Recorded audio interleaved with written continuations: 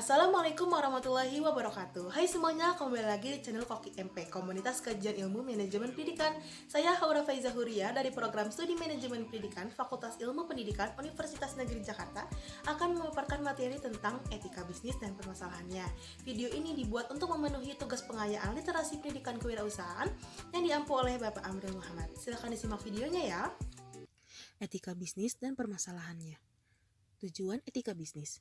Tujuan etika bisnis yaitu agar semua orang terlibat dalam bisnis itu sendiri dan agar belajar bagaimana mengadakan pertimbangan yang baik secara etis maupun ekonomis.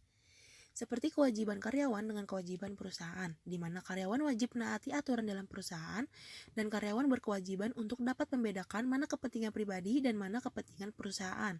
Maksudnya seorang karyawan harus bersikap profesional bila sedang berada di tempat kerja, tidak membawa urusan pribadi ke tempat kerja. Sebaliknya, perusahaan tidak boleh bersikap diskriminasi terhadap karyawan, misalnya dengan bersikap terbuka dalam merekrut karyawan, dengan tidak membedakan ras, suku, agama, dan sebagainya. Kemudian bisnis online dan bisnis konvensional.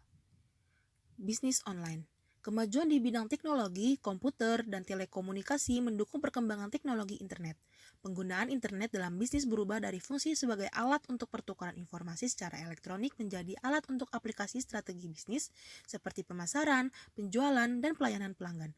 Pemasaran di internet sama dengan direct marketing, di mana konsumen berhubungan langsung dengan penjual, walaupun penjual berada di luar negeri. Namun sebelum maraknya bisnis online, terdapat bisnis konvensional yang merupakan dasar dalam berbisnis.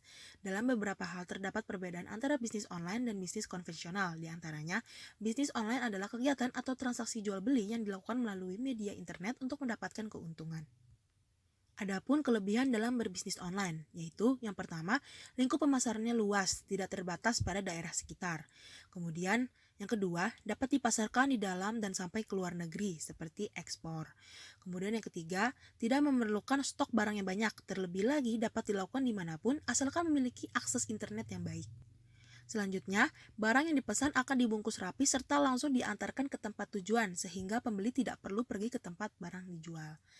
Lalu yang terakhir, tidak memerlukan modal yang besar, karena biasanya bisnis online tidak perlu menyewa kios atau tempat. Namun, ada pun kekurangan dalam berbisnis online, yakni yang pertama, produk tidak dapat dilihat secara langsung. Karena produk tidak dapat dilihat secara langsung, maka hasil pesanan menjadi kurang meyakinkan.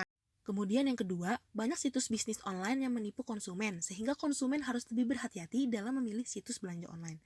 Kemudian terakhir, dalam mengantarkan barang pesanan, terkadang beberapa situs bisnis online mengantar barang tidak tepat pada waktunya, dan ini dapat merugikan pembeli. Selanjutnya, bisnis konvensional. Bisnis konvensional atau yang lebih sering dikenal dengan bisnis offline adalah kegiatan atau transaksi jual beli yang dilakukan secara langsung bertatap muka antara penjual dengan pembeli. Adapun kelebihan dalam berbisnis konvensional, yang pertama, pembeli langsung dapat melihat produk yang akan dibeli sehingga pembeli tidak merasa ragu akan produk yang akan dibeli.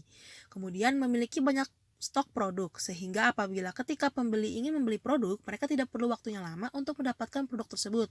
Dan yang terakhir, dapat secara langsung bertemu dengan penjual. Umumnya, bisnis konvensional memiliki tempat atau kios sendiri sehingga pembeli dapat mengunjungi kios dan dapat secara langsung bertemu dengan penjual. Selanjutnya, kekurangan dalam berbisnis konvensional, yaitu yang pertama, lingkup pemasaran terbatas. Jika ingin memperluas lingkup, maka harus membuka cabang di berbagai daerah. Kemudian yang kedua, membutuhkan modal yang cukup besar, karena biasanya bisnis konvensional memerlukan tempat untuk memasarkan produknya. Kemudian yang ketiga, memerlukan banyak stok. Ini juga berpengaruh terhadap modal yang dikeluarkan sehingga menjadi bertambah. Dan yang terakhir, pembeli harus pergi ke toko tempat barang dijual. Apabila pembeli ingin membeli barang, maka harus pergi ke tempat di mana produk atau barang tersebut yang diinginkan oleh pembeli dijual. Masa depan bisnis konvensional atau bisnis offline. Walaupun faktanya bisnis online lebih menjanjikan dan pertumbuhannya semakin pesat, hal ini tidak akan mematikan sepenuhnya bisnis offline. Mengapa? Hal ini karena tidak semua bisnis seluruhnya bisa dilakukan secara online. Misalnya bahan baku dan bahan makanan yang harus dilakukan oleh para pelaku bisnis offline. Menurut Prihatmining Tias 2015, UMKM sebagai salah satu dari kegiatan ekonomi perorangan yang tetap menjadi pilihan utama dalam meningkatkan pertumbuhan ekonomi, menyerap banyak tenaga kerja, dan membentuk masyarakat yang kompeten dalam perekonomian. Sekian pemaparan materi dari saya, semoga bermanfaat. Jangan lupa like, comment, subscribe, dan share ke teman-teman kalian semua. Sampai jumpa di video selanjutnya ya.